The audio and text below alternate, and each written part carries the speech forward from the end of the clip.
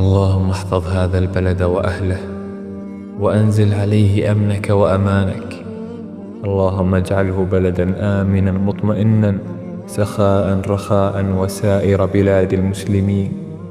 اللهم أبعد عنه الفتن ما ظهر منها وما بطن، واحفظه من كل سوء وشر وبلاء. اللهم ول علينا خيارنا، واهد شبابنا، وأصلح نساءنا وأبناءنا، واجمع قلوبنا على الخير والتقوى. اللهم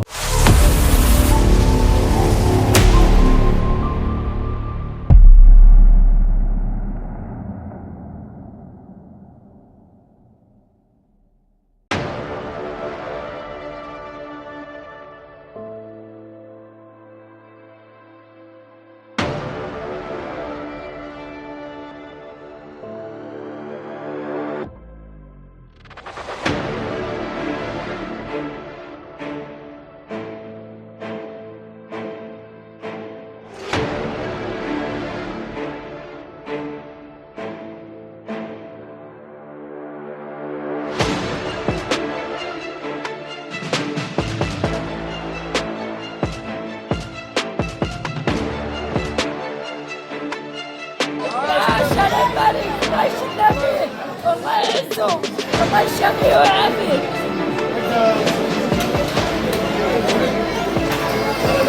السلام عليكم اخوان، كاين بخير. بما ان بلادنا الجزائر كتوصل واحد المرحله سعيده اللي هي كاين شي فيضانات، كاين فيضانات في شي مناطق.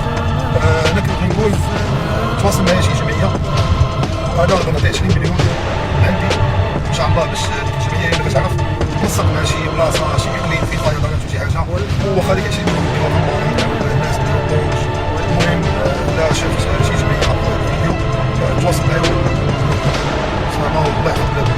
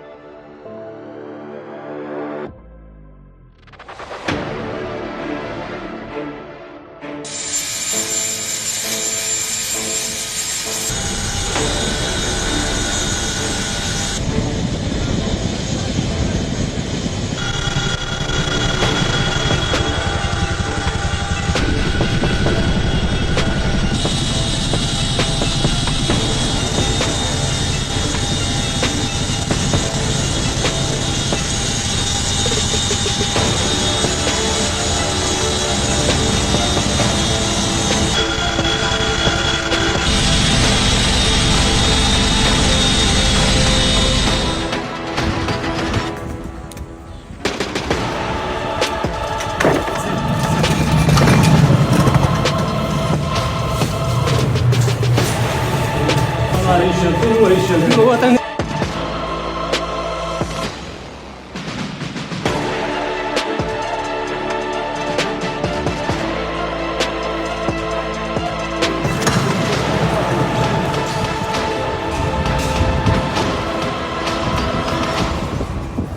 بينما تستمر الدعاية الرسمية في محاولة رسم صورة مغايرة للواقع، تنفجر الحقائق من قلب مدينة غليزان الجريحة، حيث لم تجد الساكنة المغلوبة على أمرها سوى آليات القمع ردا على استغاثتها من وطأة السيول وانقطاع الكهرباء وشح مياه الشرب. ففي الوقت الذي كان فيه المواطن ينتظر آليات الإنقاذ، وجهت التعليمات العسكرية لقمع الأصوات الحرة، وهو ما تجلى في اعتقال الناشط عبد الرحمن الذي لم يقترف جرما سوى نقل مشاهد حية ومباشرة كشفت المستورة عبر منصات التواصل الاجتماعي. وعلى نقيض هذا المشهد القاتم تبرز عقيدة القوات المسلحة الملكية المغربية في أبهى صورها. فخلال الأزمات المماثلة كما حدث في القصر الكبير، تحول الجنود إلى فرق إنقاذ، حيث سخرت كافة الإمكانيات اللوجستية لإجلاء الساكنة وتأمين الإمدادات الضرورية في تجسيد حي للتلاحم بين العرش والشعب. هذا التباين الصارخ يضع العالم أمام صورتين: نظام يستعين بجيشه لمحاصرة شعبه المنكوب، ومملكة تسخر جيشها ليكون درعا واقيا وسندا وفيا لمواطنيها في أحلك الظروف.